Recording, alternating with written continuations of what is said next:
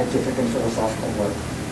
Indeed, his 2002 book, Representation and Invariance of Scientific Structures, uses precisely these ideas as a framework for systematically organizing virtually all of his work, from his earliest work on mechanics and the foundations of physics, through the foundations of probability, language, and linguistics, up to his most recent and very empirically oriented work on the representations of language understanding via electromagnetic waves in the brain.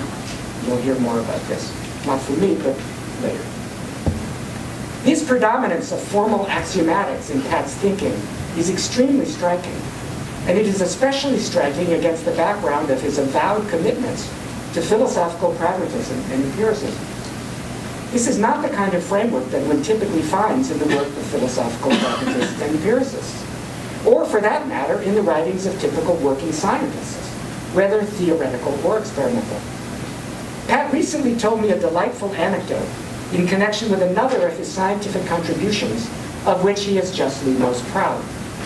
The publication of his work, co-authored with Acaccio de Barros, on the extension of Pat's no-joint distribution approach to quantum non-commutivity to Bell-type inequalities involving three entangled particles in Physical Review Letters in 2000. The centerpiece of this work, as they originally wrote it, involved two rigorous theorems, labeled as such, and the editors had only one request for changes: that the theorems be removed, and that the authors merely state their results without giving proofs or even using the word theorem. The point is that not even theoretical physicists, as such, are interested in such attempts at mathematical rigor. Pat's work in this respect resembles that of no one in the previous tradition of scientific philosophy so much as Carnap's. For Carnap, too, devoted himself to the formal analysis of scientific concepts and principles. And Carnap, too, was deeply influenced by Hilbertian axiomatic method, although refracted in Carnap's case through the lens of Frege's Begriffsschrift and Whitehead's and Russell's Principia Mathematica. Moreover, Carnap, like Pat, began his career with a strong interest in the axiomatic foundations of relativity theory, and then spent a large portion of his career on the foundations of probability and statistics. Yet the formal framework within which Pat constructs his analyses of scientific concepts and principles is very different from Carnap's. While Carnap focuses on formal languages, Pat focuses on set theoretical models. And accordingly, Carnap's approach is paradigmatic of what one now calls the syntactic view of scientific theories in the philosophy of science business, while Pat's is paradigmatic of what we call the semantic view. The crucial question, however, is why is this important?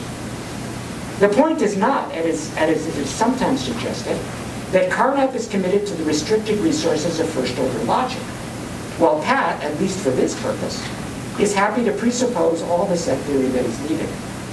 For Carnap is not committed to first-order logic at all. That's actually quantum. And Carnap's preferred formal language is a strong version of higher-order type theory, essentially equivalent to Zermelo-Fraenkel set theory. Carnap worked closely with Fraenkel during the late 1920s and early 30s. He took his logic and Fraenkel set theory to be basically the same. The point, I believe, is that Pat's distinctive generalization of Hilbert's axiomatic approach is one significant step closer to the style of mathematics used by actual working mathematicians, while Carnap's approach remains at an excessive level of logical abstraction, and accordingly yields very few useful mathematical results, if any. Pat illustrates this without naming Carnap explicitly by contrasting the perspectives on the empirical interpretation of the theory resulting from the two different approaches. While Carnap appeals to the very abstract and general notion of a correspondence rule, which is just any sentence containing both observational and theoretical terms, Pat appeals to the representation theorems that one may attempt to provide for any qualitatively formulated scientific theory, which explain these theorems, at least in principle, how quantitative measurement of the corresponding empirical magnitudes is possible. Indeed, since the qualitative relations in question correspond to idealized experimental procedures often, such as placing weights in a balance and the like, we thereby obtain a useful and unproblematic perspective on how mathematics applies to the empirical world, a perspective that is entirely missing, I might add, not only in Carnap's excessively abstract and schematic account, but also in the more currently popular model theoretic account, if I may use the word account, according to which purely mathematical models are supposed to be directly correlated with purely empirical models, thereby making the application of mathematics a complete mystery. On Pat's approach, by contrast, there is no sharp distinction at all between pure mathematical theories, like Euclidean geometry, and empirical theories. Both are equally in need of appropriate representation terms. And here from representation and invariance, page 3, Pat is saying it's a consequence of his view that there really is no sharp distinction between mathematics and theoretical science, pure and applied mathematics and science generally. This is one thing I take it that he means by this quote. A further, and perhaps even more important point, is that Pat's axiomatic approach is directed towards the concepts and principles of developing theories at the cutting edge of scientific research. Theories whose conceptual, mathematical, and empirical foundations are still quite unsettled. I'll pause for a moment. This, for example, is why psychological concepts and principles are especially important in foundations of measurement. For there's been a strong tendency to question even the possibility of the fundamental measurement of intensive as opposed to extensive magnitudes, and thereby to question the possibility of a proper application of mathematics to psychology in particular. This point of view, as Pat emphasizes, simply ignores the strong tradition in 19th century psychology, beginning with Weber and Fechner, and continuing through Helmholtz and beyond, focusing on the experimental measurement and mathematical modeling of psychological phenomena. So here one of his famous whipping boys is Norman Campbell in this respect, who thought that psychology could not be measured under physics. Pat says kindly, Campbell had some wise things to say about experimental methods in physics. Nevertheless, he seemed to have only a rather dim grasp of elementary formal methods, and his work in measurement suffered accordingly. He did not know of the work of Helmholtz or others.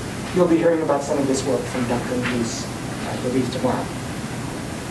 So Pat's use of formal axiomatic measurement theory is intended not only to clear up philosophical mystery mongering concerning how mathematics can possibly apply to the empirical world, it is also intended to help set a still embryonic theoretical and empirical discipline, like psychology, on the secure path of mature science. Judging from the award of the National Medal of Science, quoted in your quotation number 1, it is clear that Pat has indeed made substantial progress in this direction, and if his work on the brain pans out, even more progress. Yet Carnap is not interested in Carnap is interested in furthering the ongoing progress of empirical science as well. Indeed, Carnap's commitment to philosophical empiricism, like Pat's, rests simply on the conviction that ongoing empirical science is the best example of genuine knowledge that we have.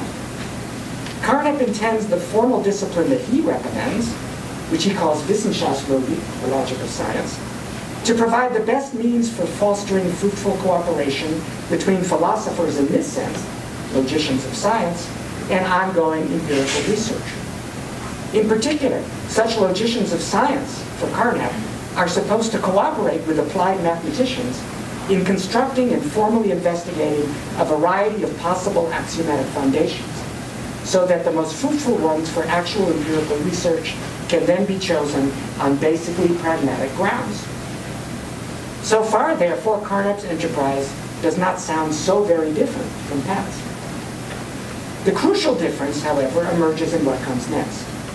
For it is centrally important to Carnap that what he calls Wissenschaftslogik takes place at a fundamentally different level from empirical science itself. That it constitutes a meta-discipline relative to empirical science, rather than a part of this science. In particular, while the sentences of empirical science are paradigmatically contentful and synthetic for Carnap, those of Wissenschaftslogik are contentless and analytic. They make no substantive assertions about reality, but either concern what follows from what in a given linguistic framework, a purely logical question, or they express purely practical or pragmatic decisions to adopt one or another particular such framework. Carnap's insistence on such a sharp